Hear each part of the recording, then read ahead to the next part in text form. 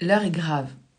Je n'ai pas préparé ce live, en même temps je prépare aucun de mes lives, mais celui-là, je m'excuse d'avance parce que je sais que je vais péter les plombs et je vais essayer, malgré mon agacement profond, de faire un live qui va être de qualité et de valeur pour vous et qui va vous permettre de faire preuve de discernement par rapport à toutes les conneries que vous pouvez voir en ce moment sur ChatGPT.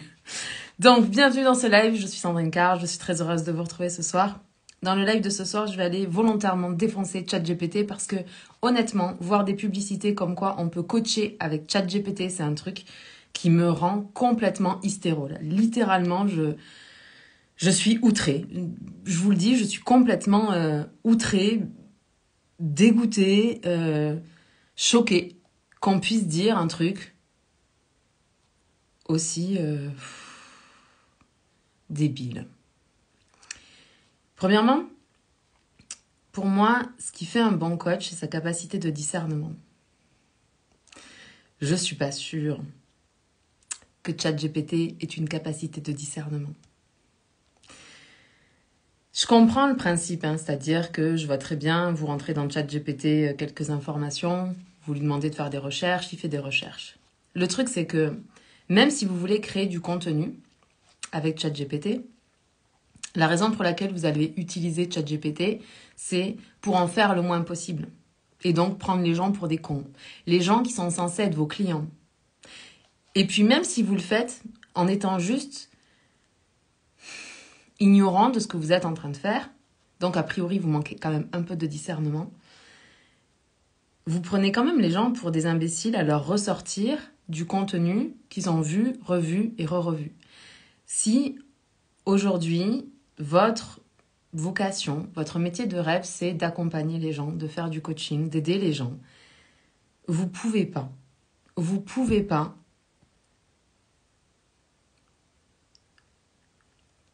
j'ai pas le mot. Dégrader la profession de coach en utilisant ChatGPT. Comprenez bien quelque chose qui me semble vraiment important. L'industrie du coaching en France est en pleine mutation. Elle est en pleine mutation parce qu'il y a de nombreuses personnes qui sont arrivées sur le marché. Parmi ces personnes, il y a des coachs qui sont excellents, qui créent des transformations extraordinaires pour les gens, qui permettent à des personnes d'être plus heureuses, plus alignées, de se révéler à elles-mêmes, d'oser s'affirmer, d'oser faire des choix pour elles, d'apprendre à s'aimer plus, d'avoir un impact qui soit extrêmement positif dans le monde. Et puis il y a d'autres personnes qui pensent que le coaching, être coach, c'est une bonne façon de faire de l'argent rapidement. Et après, on va aller s'étonner que notre métier de coach ne soit pas pris au sérieux par l'extérieur, par les gens qui ne sont pas dans le développement personnel, spirituel et dans le coaching en ligne. Je pense que notre devoir, plus que jamais en tant que coach, aujourd'hui, c'est de faire du coaching d'excellence.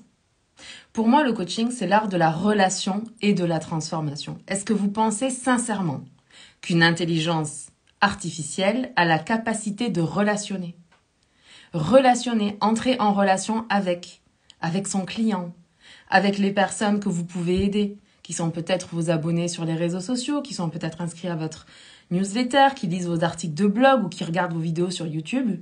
Et vous pensez que ces gens sont bêtes et que vous pouvez leur ressortir un truc qu'ils ont lu 150 fois utilisé par un moteur de recherche ou une intelligence artificielle pour trouver des questions que vous pouvez leur poser. Mais putain, pardon, mais... Pour moi, ce qui fait un bon coach, c'est la différence même entre être coach et faire du coaching. Faire du coaching, tout le monde peut faire du coaching. Vous chopez n'importe quel livre de développement personnel, vous l'apprenez par cœur et vous faites faire tous les exercices qu'il y a dans ce livre à vos coachés. Ils obtiendront peut-être une transformation, ils se poseront quelques questions. Bon, ça va transformer un peu leur vie, peut-être. Mais c'est pas être coach. Être coach, ça implique une posture. Ça implique une qualité d'écoute.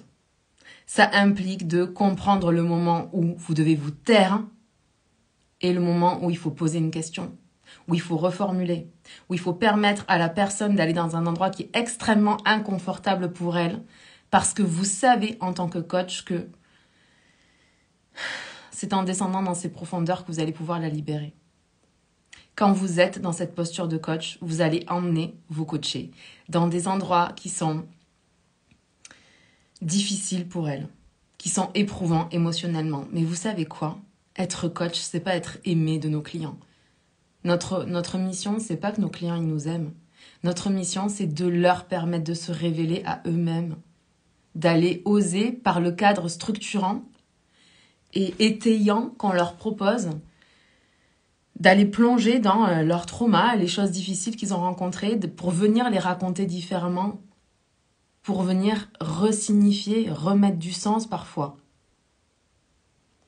Si vous prenez des questions que vous allez trouver sur ChatGPT, parce que vous allez marquer la problématique de votre coaché dedans, vous faites pas du coaching. Vous faites même pas du coaching, vous faites un espèce d'accompagnement bas de gamme en escroquant les gens. Je suis désolée de vous le dire, mais ça me rend malade en fait. Ça fait 10 ans, ça fait plus de 10 ans que je fais ce que je fais. Ça fait plus de 10 ans que je suis coach. Avant ça, j'ai fait psycho. Et je suis pas de ceux qui opposent les psychologues aux coachs, là, parce que ça fait pas de sens. Pour moi, la reliance est capitale dans nos métiers. On est tous là pour aider des gens à être plus heureux, à se réaliser, mais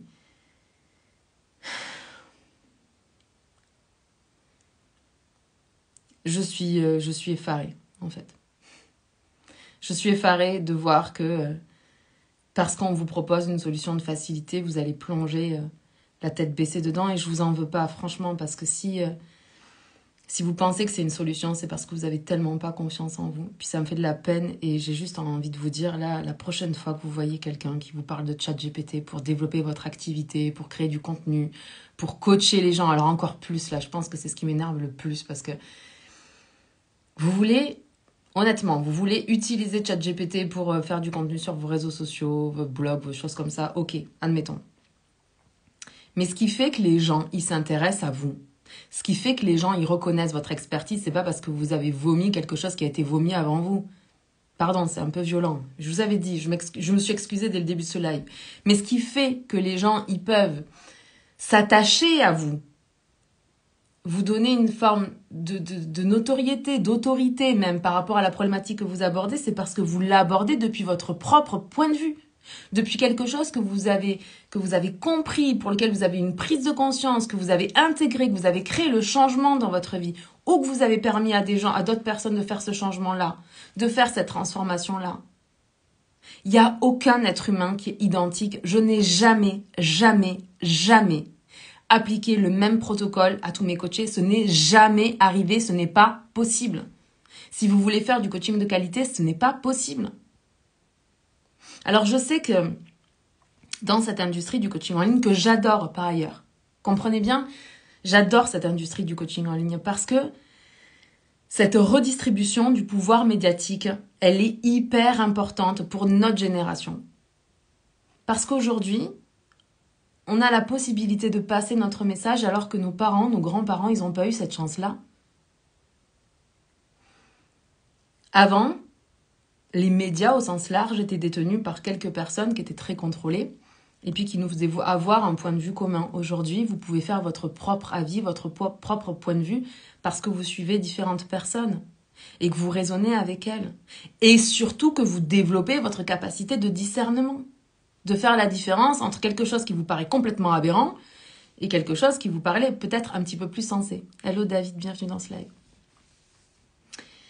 Donc, je pense que je vais conclure ce live là parce que ça sert à rien que je m'énerve davantage, vous avez bien compris que je suis contre le fait d'utiliser ChatGPT pour le coaching et puis que je trouve que c'est pathétique de l'utiliser pour de la création de contenu. La création de contenu, elle est censée permettre aux gens d'apprendre à vous découvrir, de voir quel est votre angle de vue, votre vision du monde, votre manière de pratiquer votre métier.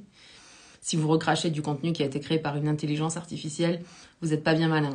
Excusez-moi de vous le dire, mais c'est mon point de vue et vous pouvez donner votre point de vue en dessous. Soyez respectueux quand même parce que sinon ça nous mènera nulle part ce débat.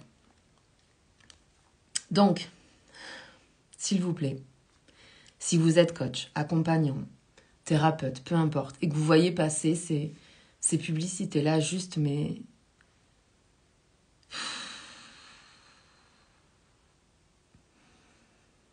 ne vous laissez pas avoir. Je sais que dans cette industrie, justement du business en ligne, etc. etc.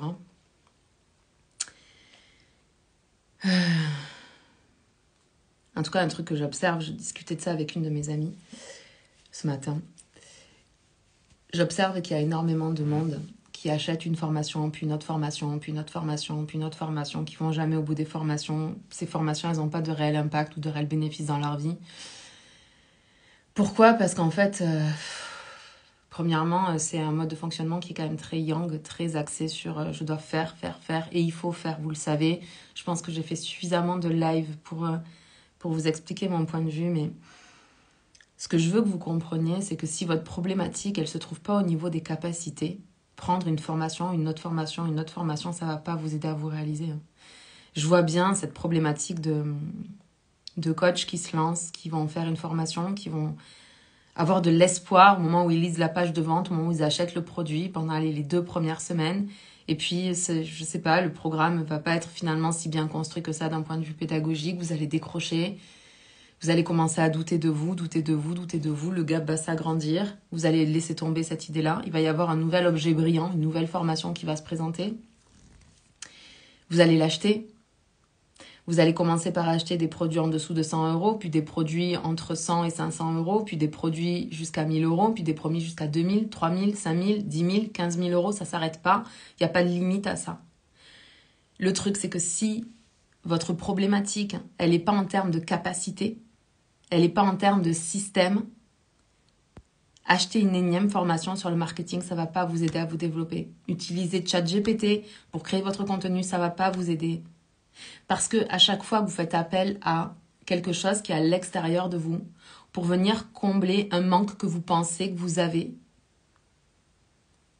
vous n'êtes pas en train de vous réaliser. Ça ne veut pas dire que je suis contre les formations. Comprenez bien, j'en ai fait plein. Et toutes ne m'ont pas servi, honnêtement, j'en ai acheté plein qui étaient juste des copier-coller d'autres personnes. Et du coup, ça avait perdu toute leur substance parce que quelqu'un avait créé quelque chose, puis quelqu'un d'autre derrière avait recopié cette chose-là, puis quelqu'un d'autre avait acheté ce truc-là, puis l'avait recopié. Et au final, on se retrouve avec une formation qui est sans substance parce qu'il n'y a aucune de ces personnes-là qui a réellement appliqué puis qui a eu de vrais résultats dans leur vie. Les personnes qui ont de vrais résultats dans leur vie avec les conseils qu'elles apportent et tout, vous le sentez, en fait, il y a une véritable transformation. Hello Julie, bienvenue dans ce live. Mais si, aujourd'hui, vous vous êtes acheté, je sais pas, 2, 3, 4, 5 et plus formations pour développer votre activité par le marketing ou les choses comme ça, et que vous voyez qu'il n'y a rien qui change, honnêtement, allez voir du côté de l'estime que vous avez de vous-même. Et quelque chose que je peux observer, c'est des personnes qui ont la croyance bien enracinée qu'ils ne méritent pas de réussir. Si vous avez des croyances comme vous n'êtes pas assez, vous ne méritez pas de réussir, vous ne méritez pas d'être aimé, vous avez le syndrome de l'imposteur, un sentiment d'illégitimité, le plus bel investissement que vous pourriez faire aujourd'hui, c'est d'aller travailler avec un vrai coach, pas quelqu'un qui utilise ChatGPT, mais un vrai coach pour aller travailler l'estime de vous-même. Ça va vraiment vous servir. Et ensuite, vous pourrez reprendre, peu importe la formation que vous avez déjà achetée. Vous allez pouvoir la reprendre et appliquer les choses les unes après les autres parce que vous allez développer votre confiance en vous-même et que vous allez pouvoir faire preuve de discernement. Quand vous allez voir passer une formation, vous n'allez pas vous jeter dessus comme quand je vois ces publicités de ChatGPT qui me rendent complètement dingue.